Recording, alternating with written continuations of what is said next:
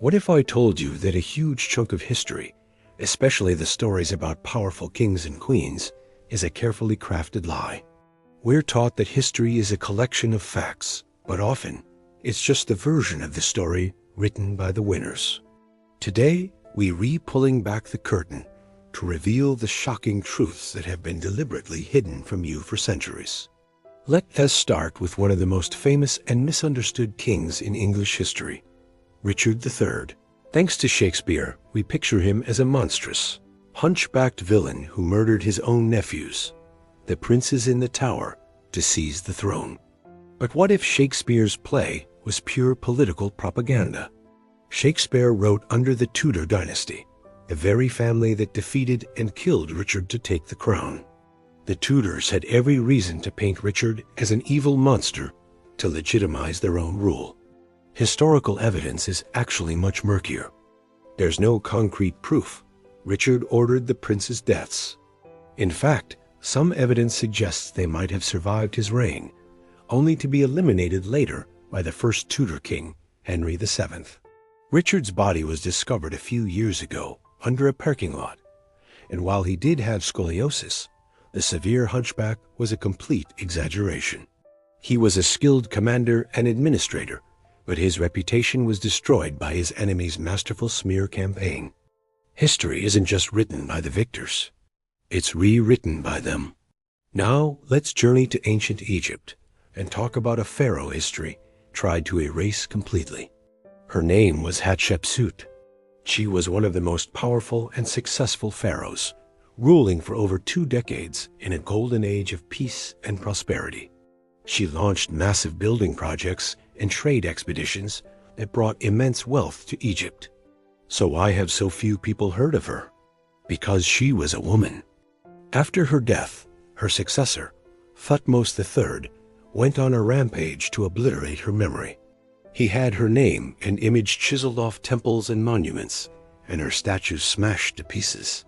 He wanted to pretend she never existed, likely to reinforce the idea that only men could be pharaohs. For thousands of years, history was literally set in stone without her. It was only through the tireless work of modern archaeologists that her incredible story was pieced back together, revealing a ruler whose legacy was almost lost forever because of pure misogyny. Speaking of rulers with a manipulated image, let's look at Nero, the Roman emperor. The name Nero immediately brings to mind tyranny, cruelty, and the image of him fiddling while Rome burned. We're told he was a depraved lunatic who persecuted Christians and kicked his pregnant wife to death. They saw him as a populist who favored the common people over the elite. Let's break down the myths. The fiddle hadn't even been invented yet. While Rome did burn, historical accounts say Nero was miles away when the fire started. He rushed back to the city, organized relief efforts, opened his palaces to the homeless, and even implemented a new building code to make the city safer. As for persecuting Christians, while it did happen, some historians argue it was exaggerated by later Christian writers to create a narrative of martyrdom. The popular Nero, loved by the masses for his public works and entertainment, was a threat to the old guard. So they crafted the image of a monster that has stuck with us for 2,000 years. The real Nero was far more complex, a flawed ruler, yes, but not the one-dimensional cartoon villain we've been sold. Let's shift to a king whose story was sanitized for a different reason. King Louis XIII of France is often overshadowed by his famous minister, Cardinal Richelieu, and his son, the Sun King, Louis XIV. History often paints him as a weak, stuttering puppet. But the truth is far more interesting and was deliberately simplified. Louis was a deeply troubled man, likely suffering from severe depression and social anxiety, which explains his stutter and reclusive nature. But he was also an incredibly brave soldier who personally led his armies in battle and was a key architect of France's rise to power. His relationship with Richelieu wasn't one of a puppet and master, but a complex partnership. They often clashed, but they shared a vision for a strong, centralized France. The simple, weak king, strong minister narrative is easy to teach, but it robs us of the true, fascinating human drama of a king battling his inner demons while building an empire. And what about kings who weren't just lied about, but who were almost entirely made up? The legend of King Arthur is a perfect example. We all know the story: the sword and the stone, the Knights of the Round Table, the quest for the Holy Grail. It's an epic tale of chivalry and magic. But is any of it true? The short answer is probably not.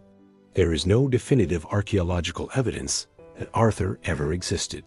The earliest mentions of a warrior named Arthur come centuries after he was supposed to have lived, and they are vague and contradictory. The romantic figure we know today was largely a creation of medieval writers like Geoffrey of Monmouth and later Thomas Malory. They took fragments of Welsh folklore and Celtic myths and wove them into a grand narrative that served the political needs of their time.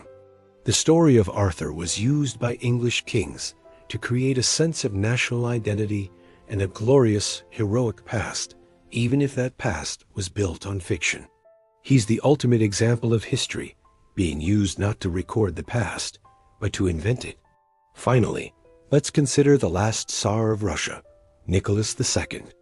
After the Russian Revolution, Soviet propaganda painted him as Nicholas the Bloody, a weak-willed, incompetent tyrant who was completely indifferent to the suffering of his people. And while he certainly made disastrous political mistakes, this portrayal is a gross oversimplification.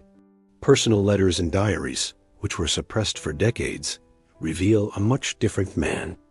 He was a deeply devoted family man, shy and gentle by nature, who felt he was utterly unprepared for the immense burden of ruling. He was a man trapped by destiny, trying to uphold an autocratic system in a world that was rapidly changing.